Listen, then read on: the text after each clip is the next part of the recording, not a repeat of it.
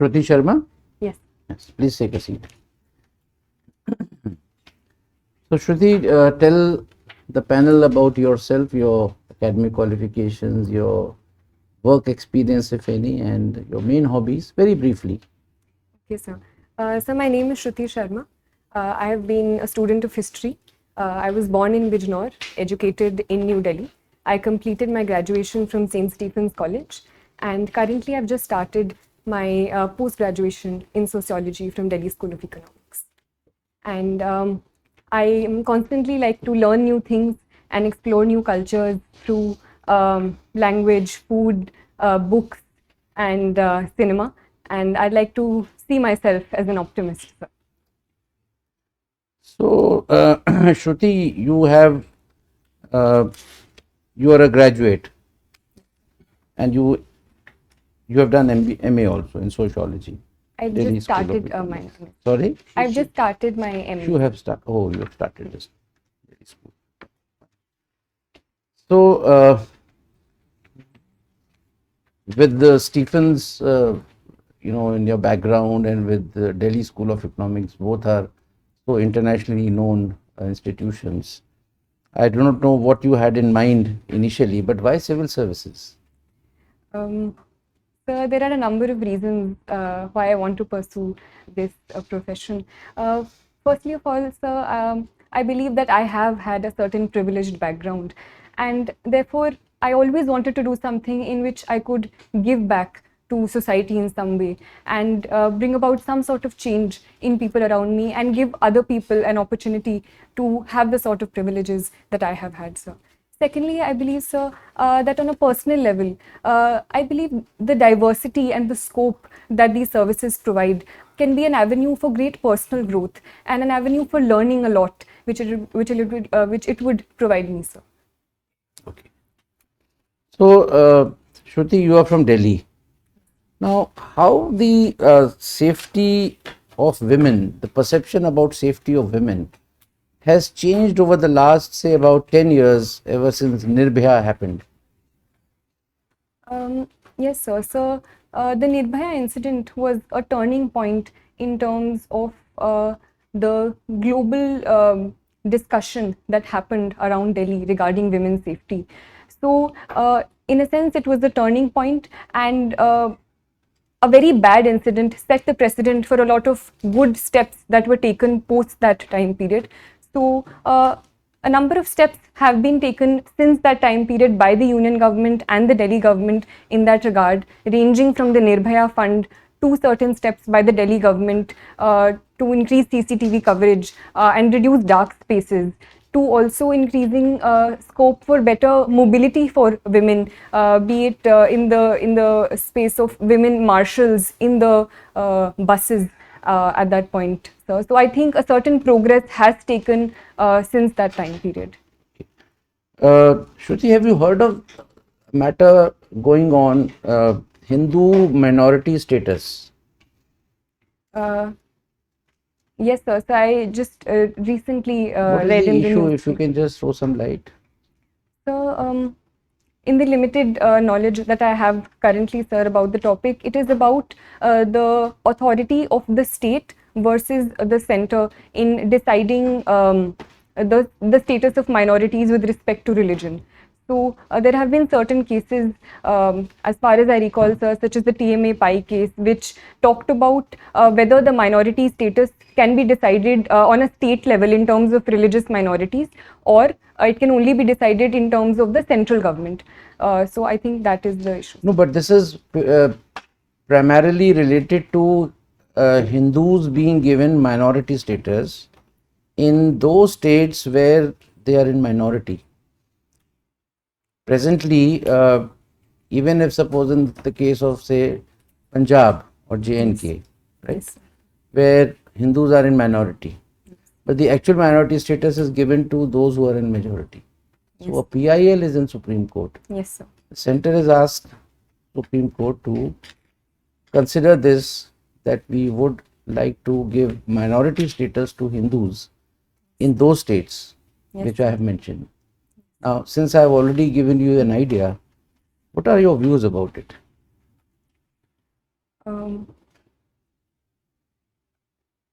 So, the Constitution of India does protect the status of minorities in India as a whole. And so I believe if for certain purposes and for certain positive reasons, the Supreme Court does decide to give minority status in a particular state to reduce atrocities against certain sections within the state, it can be a positive move. Viren sir?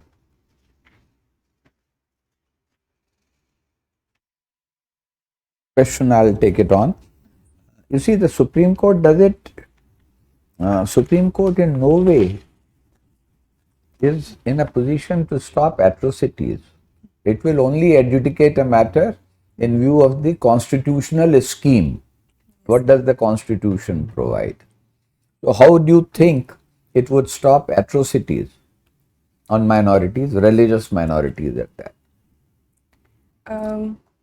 So if it can provide in the future a certain safeguards that the minority status can provide and certain special steps that can be taken for minorities in a particular state. Can you give any example when Supreme Court has provided safeguards, laid down safeguards?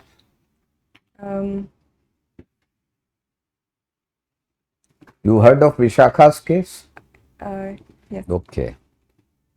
Have you been a student of history? Yes, sir. Who do you think, whom would you rate as a foremost historian of the later Mughals period? So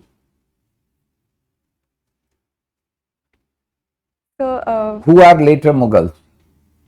I would say the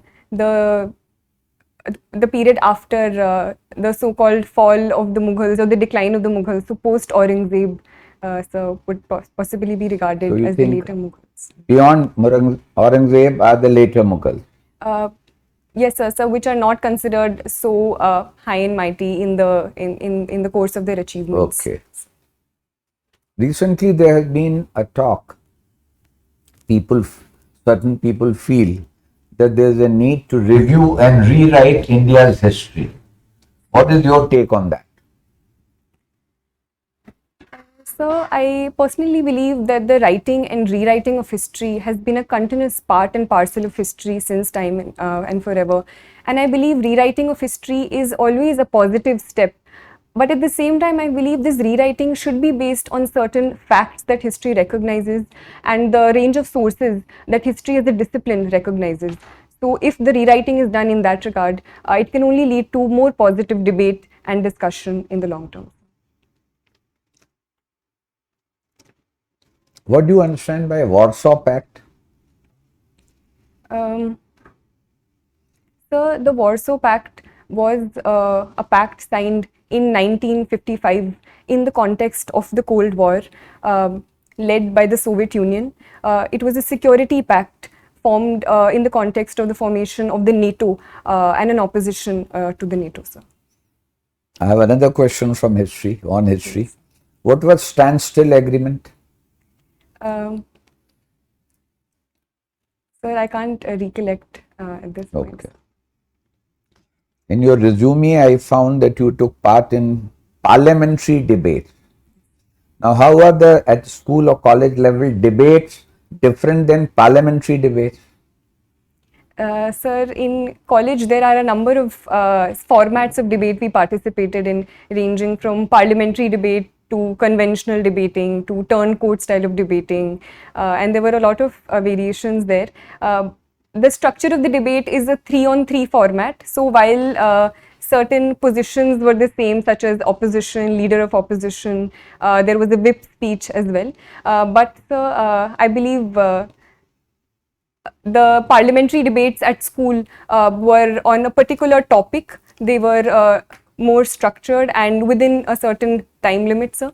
As compared to parliamentary debates in the parliament, I do feel that sometimes they are quite long and are not in a point-to-point format as we discussed in school and college. One of your pastime or hobby is exploring word cinema. Now, what is exploring word cinema? What does it involve? How do you explore it? So the reason I chose the word explore is because I am no authority on world cinema, and I like to see and look at movies as they come to me, and as one leads to the other. So ranging from Iranian cinema to cinema of Hong Kong. You are not a student of languages. So other than Hindi and English, what language do you know? Sir, I have tried to learn reading and writing Urdu, so I know the Urdu script. I like to learn a few phrases here and there from my friends who are from different states. So you will explore world cinema from subtitles, is it? Sir, I believe world cinema is more than just dialogue. The very vocabulary of filmmaking and cinema, I believe, does not necessarily need language to convey it. Sir. So I think that is my interest in world cinema. And subtitles, obviously, sir, help me understand the story better. Have you heard the term soft power? Yes, sir. What does it imply? So soft power is usually used in opposition to hard power, where hard power talks about a certain military might. Soft power, on the other hand, is the influence of culture and other aspects in increasing the might or the influence of a certain country or power over other powers. So cinema can also be one example of Any other illustration of soft power in context of India? So India's cultural outreaches, for example, yoga and international celebration of the International Yoga Day across the world can also be an example of India's soft power. Okay, thank you. Well, Shruti, you are from your home district is Bijnor. So tell us something about Bijnor.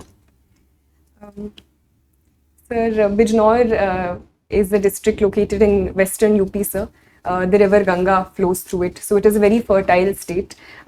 Sugarcane being one of the major crops of Bijnor, and therefore sugar mills and the sugar industry is also very well developed, with 5 of the most largest sugar mills located here.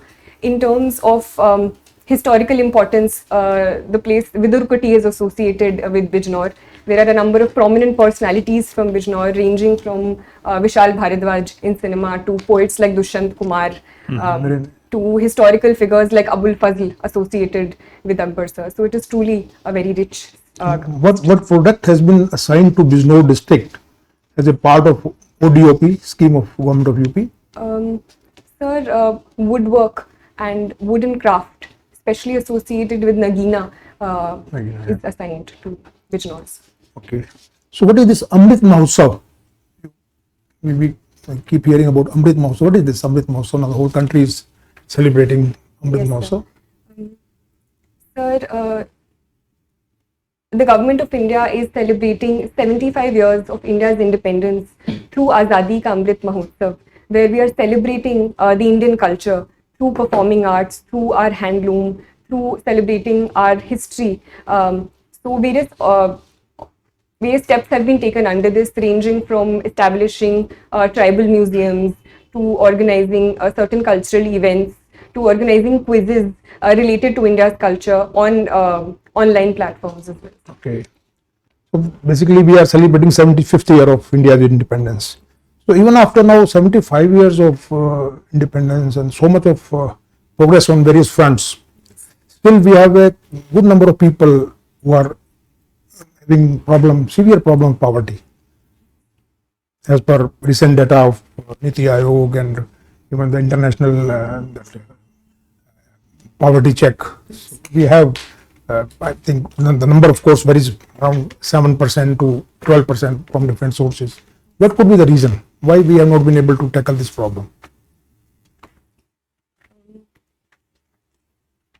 So, I believe that a lot of progress has happened since the time period of India's independence, where close to 60 to 70% people were below the poverty line, to currently today, where close to 20% are considered according to the Tendulkar committee report. So a certain progress has taken place and the progress is ongoing, sir. But simply because of the huge challenges associated with such a large country, with such a huge population, and the over-dependence on agriculture to a certain context, I believe has been responsible. But government steps are ongoing to reducing these hurdles by taking steps in the realm of industry, in the tertiary sector and other spaces. What is the current size of Indian economy in US dollars terms, approximately? I can't recollect the exact. Okay. So we have set a target of 5 trillion US dollars economy by 2024-25. Currently we are at around 3 plus. Do you think we'll be able to go somewhere nearby by that time? Is there any, what measure do you think can Government of India take to really give a big boost to our growth? Yes, sir. So I do believe that I am an optimist. So I would say that we can surely reach this level. Certain obstacles are there, especially in context of the COVID pandemic and certain repercussions of the COVID pandemic, which have been on the global economy as a whole. But personally, sir, and as per the Niti Aayog report as well, infrastructure is one area where we do need to spend a lot of money in. So the Niti Aayog has said that $4.5 trillion should be spent in infrastructure creation till 2030. So that is one area we need to work on and are working on. Secondly, sir, is the area of industry and manufacturing, which the government has also given a lot of importance to, especially the PLI schemes and Assemble in India programs, which we are encouraging.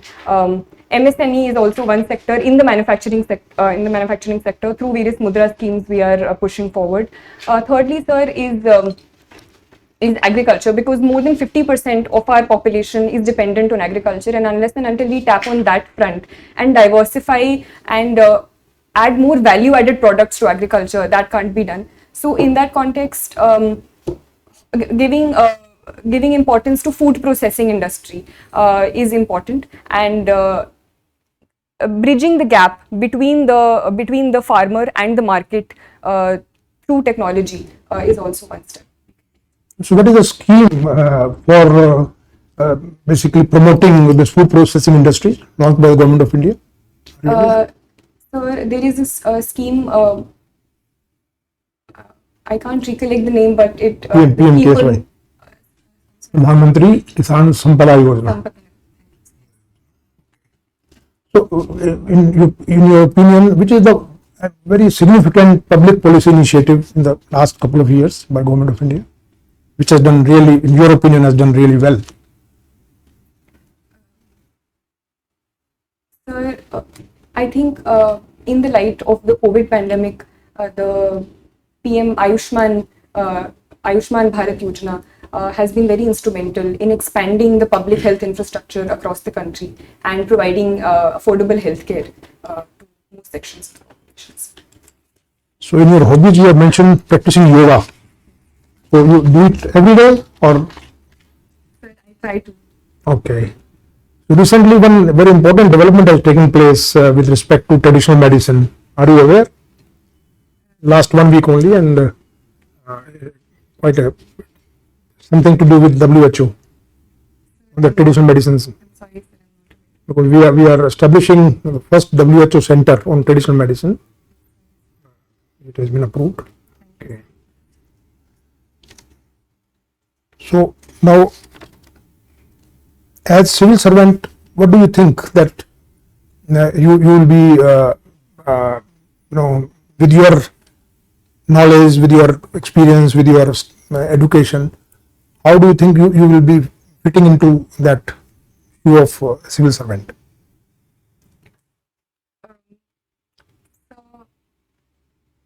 Sir, as per my background, I feel that my background in history can help me understand present social realities in a more wholesome way, and therefore solve them using that background of history and the social sciences, sir. So firstly that. Secondly, sir, I believe I think I do have an ethic of dedication towards my work, and personalized work ethic, where I'm able to stick to deadlines and perform work in an organized manner. So that I think can help me, sir. Thirdly, I believe, sir, that I like to work in teams, and I have good interpersonal relationships with people around me, and I have been told so. So that also I think can be an asset. So have you any experience of working in a team in your college or university days? Yes, sir. I was in school. I was in the student executive, and I was appointed as the secretary of cultural affairs. Okay. So we organized all school events and participated in and organized all the events during the entire school year. Thank you. Shruti, you are a student of history Yes, sir. and you have sociology, you're studying sociology. What was your optional paper in the exam?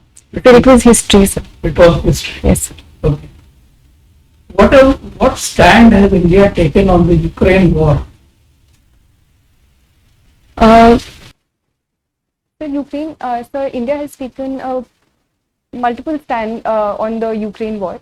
It has taken a very assertive stand in first and foremost condemning the violence perpetrated by both sides.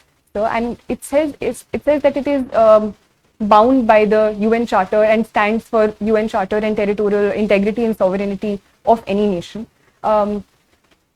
It has also been talking to both sides and arguing for and asking for a position of dialogue and diplomacy to solve the war and a complete cessation of conflicts.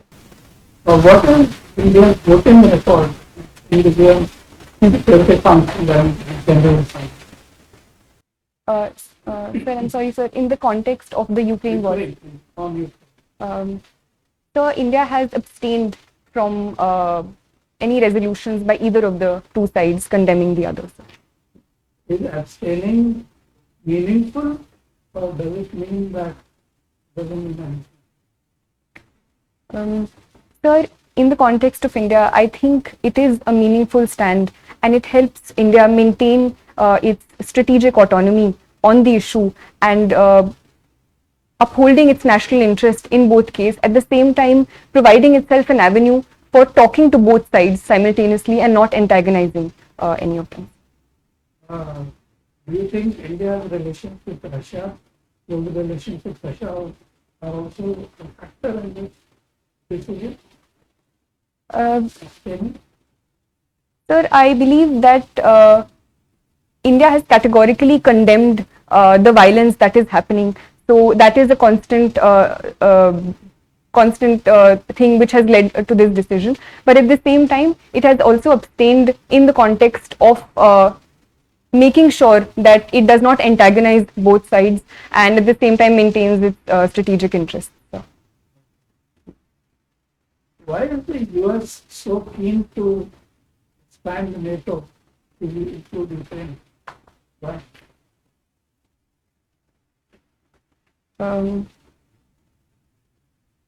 So, in my limited understanding, I would say simply in terms of the conflict with Russia and the antagonism with Russia and USA has been on since the Cold War, and simply in terms of increasing its sphere of influence and is something that the US has in mind, especially after the Crimea annexation in 2014 as well. What did Biden say in his speech in Poland? He came out with the real intention to, what was his real intention in extending NATO, including Ukraine? Sir, I'm not aware about this exact He said statement. we want to change the regime in North. Okay. It's a regime change.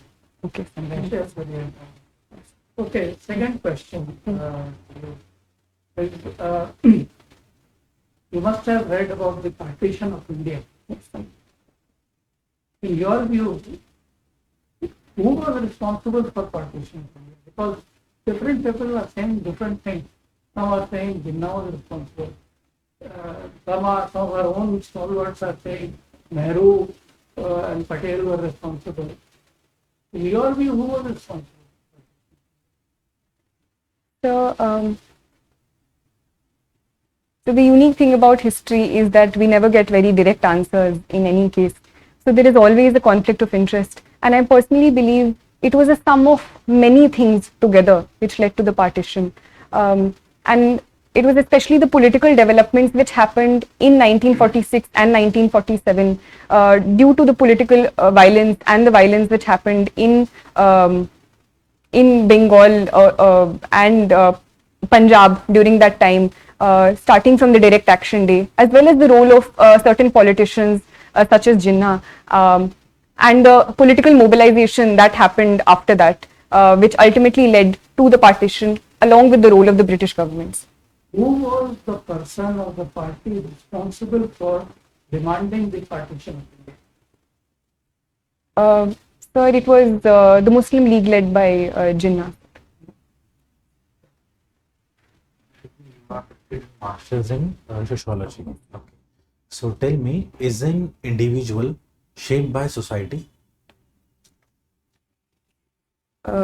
Yes, sir. Sir, I do believe that an individual, right from his or her birth, is constantly shaped by the society he or she lives in. Okay. Okay. What is your view on taxation on digital currency?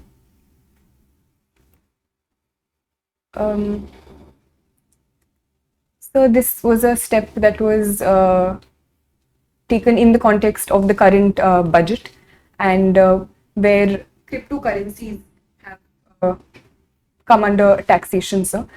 Sir, I think it is a good step in terms of bringing into ambit and increasing a source of revenue for the state for a reality that is increasing around the world, and so it is an area which was not under the ambit of state taxation. So I think it is a positive step that this area has been brought under taxation. Okay. You do not seem to be very keen on joining police services. Any particular reason? Sir, I would like to join any services where I have been provided an opportunity, sir. But since I was provided these options, as compared to the other services above it, I personally feel that I am temperamentally more suited for the other services, and I've talked to other friends, and it also involves arms training, and that I would personally be less comfortable with, but I would be overjoyed if I get to perform in the services, and I would do it to the best of my abilities. Thank you. I pass on to Chairman, sir. Shruti, we have asked quite a few questions so far. Any question which we may not, any topic which we may not have covered, or some topic which may be of your choice, you would like to ask the last question from the subject of your choice? The poetry is something that I... So poetry, tell me which kind of poetry you recite or write, English, Hindi? Sir, I like to read Hindi, English, as well as Urdu poetry, sir. But one of my favorite poets recently is Sarveshwar Dayal Saxena, sir. So tell me, how have poetries helped in the India's freedom movement? The poetry is a very potent tool in raising the motivation of people and raising the sentiments of people. So poetry has been a very important part of the freedom struggle as well. One immediate example that comes to my mind is Faiz Ahmad Faiz Subh Azadi, which was in association with the freedom struggle and the partition specifically. So thank you, Shruti. So Shruti, we have good 10 minutes for feedback. You know, our strong point is that we give, so long as you say that I don't need anything more to know, we will not let you go.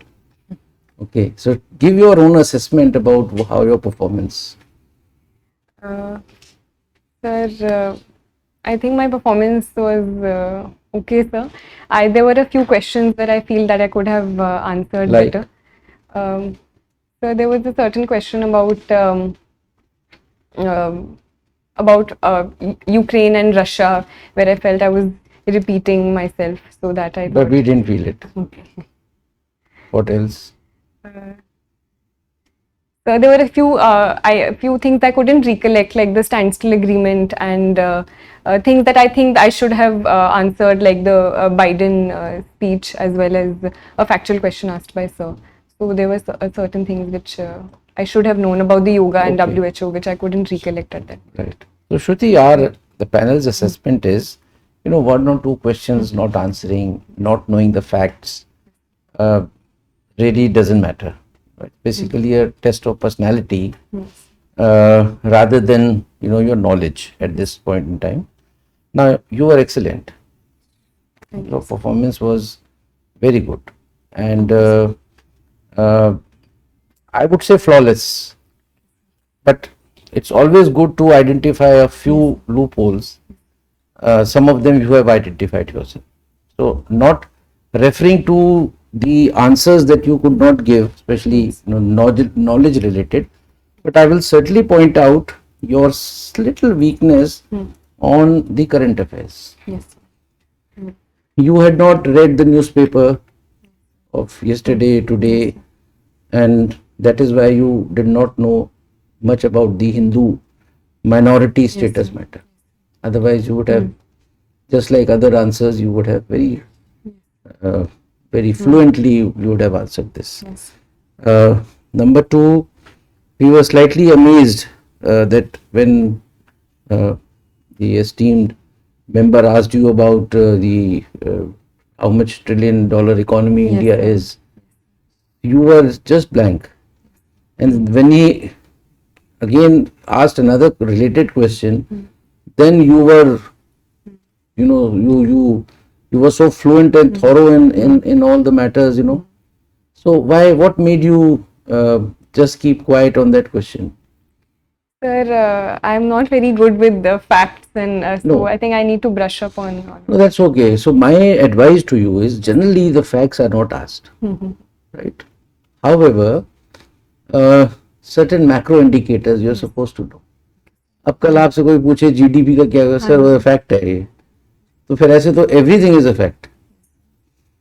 सो अब fact में होगा कि कुतुब मीनार किसने बनाया, ताजमहल किसने बनाया, और कितने वर्कर्स लगे थे ताजमहल में, ये तो नहीं पूछेंगे.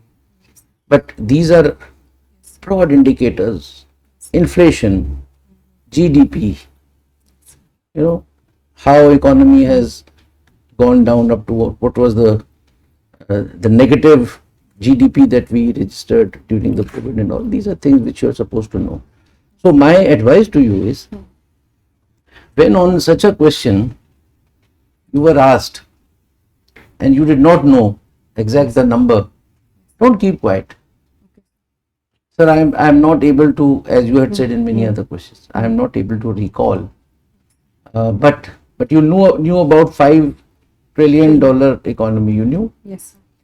Immediately उसके बाद कहिए कि sir, I am not aware exactly how much we have recorded this year.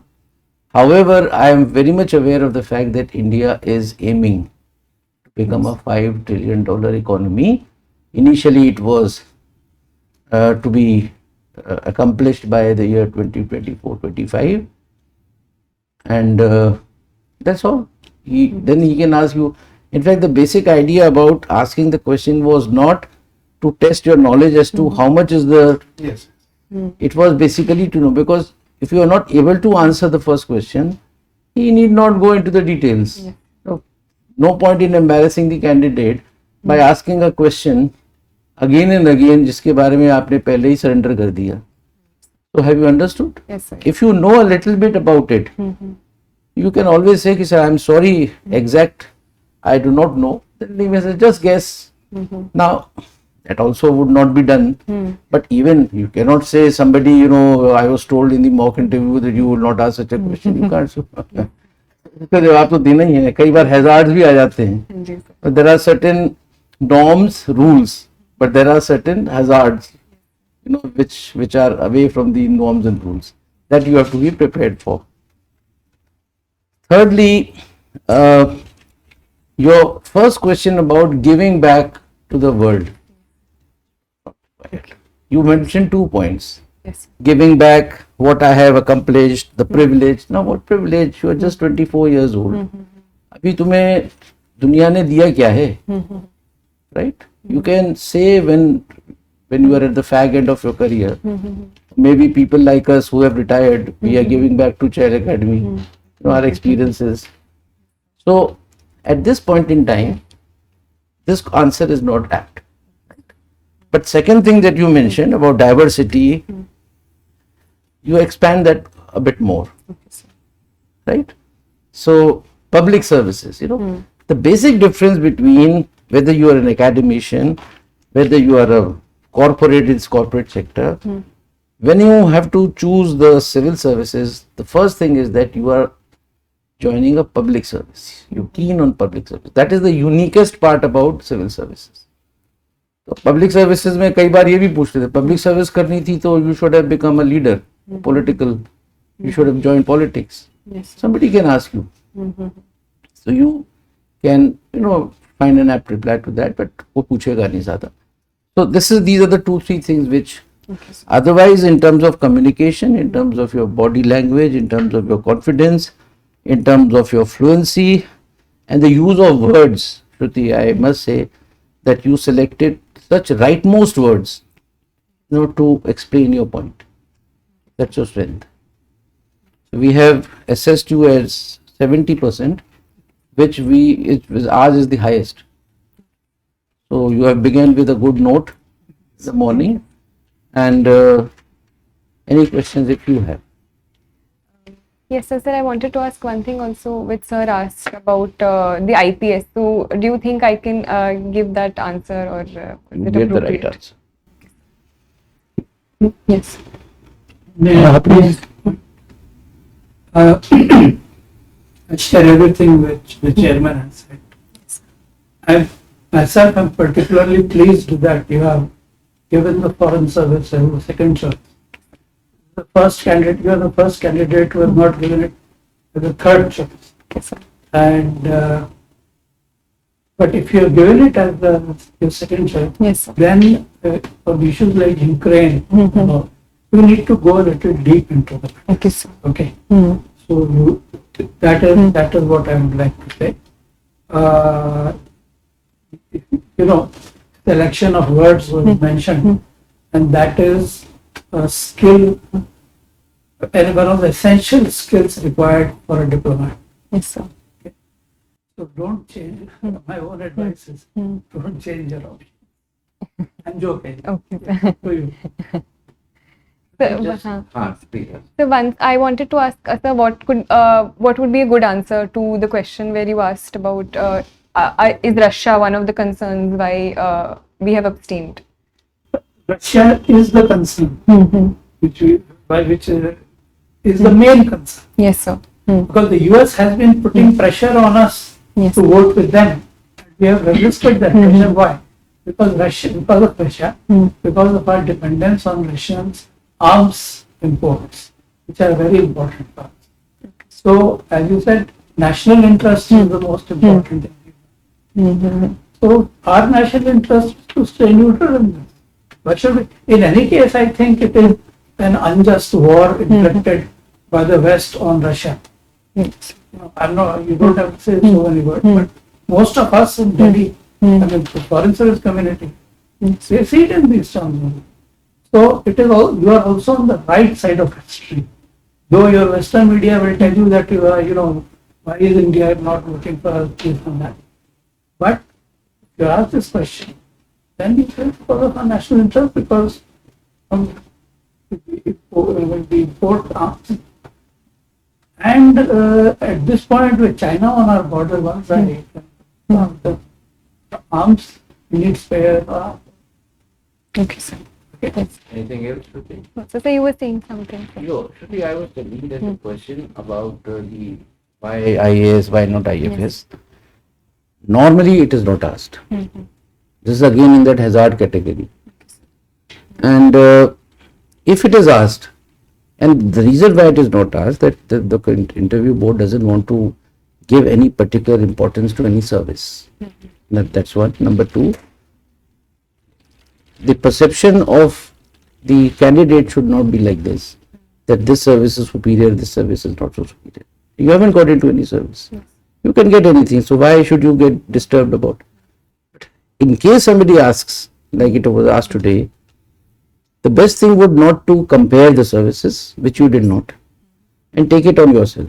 Sir, I am best suited. I thought my personality or my not even liking, I'm more suited for, or I'm not suited for the Indian police service, which you said.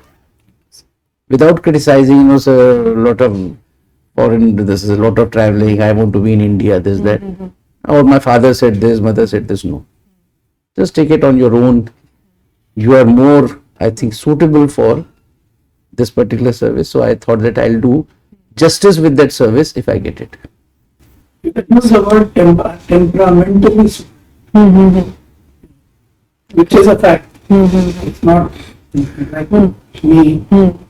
I'm temperamentally not suited to the Yes, sir. Yes. temperamentally. Right? Thank you so much. Thank you, sir. All the very best. Thank you, sir. And if you have done your means, Shruti, we are anxiously waiting to see your name in the list, final list. Thank you, sir. Yeah.